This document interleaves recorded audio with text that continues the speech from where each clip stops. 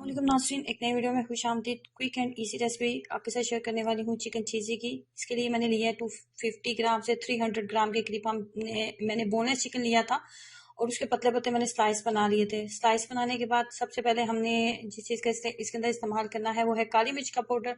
1 teaspoon full भर के मैंने इसके अंदर काली मिर्च का पाउडर ऐड किया और हाफ टी स्पून मैंने इसके अंदर नमक ऐड किया। आप काली मिर्च का पाउडर की मिकदार बढ़ा भी सकते हैं।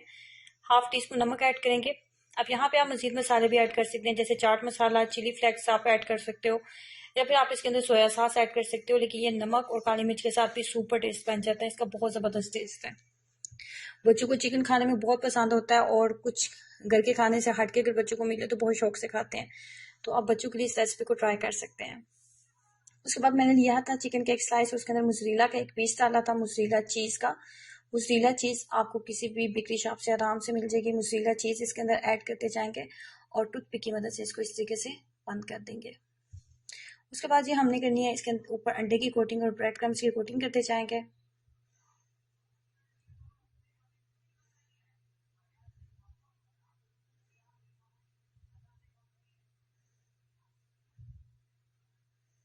इसी तरीके से फिर लेंगे चिकन का एक स्लाइस, उसके अंदर मोज़रेला चीज़ के एक टुकड़ा लेंगे छोटा सा, जो कि उसके अंदर अच्छे से फिल हो जाए। उसके बाद टूथपिक की मदद से इसको अच्छे से बंद कर देंगे ताकि जब हम इसको कढ़ाई में डालें तो ये खुले ना।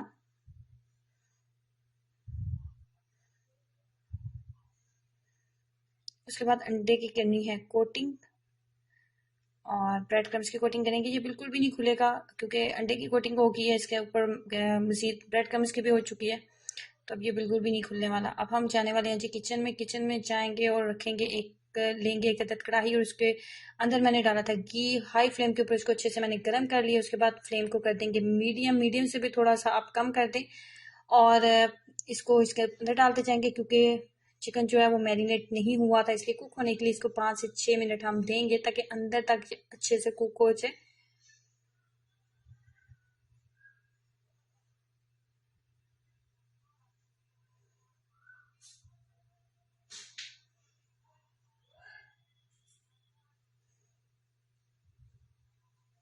अच्छा सा मुनासिब सा जब 5 से 7 मिनट के बाद इसके ऊपर एक गोल्डन सा कलर आ गया था, जैसे कि वीडियो में आपको नजर आ रहा है, तो मैंने इसको उतार लिया था।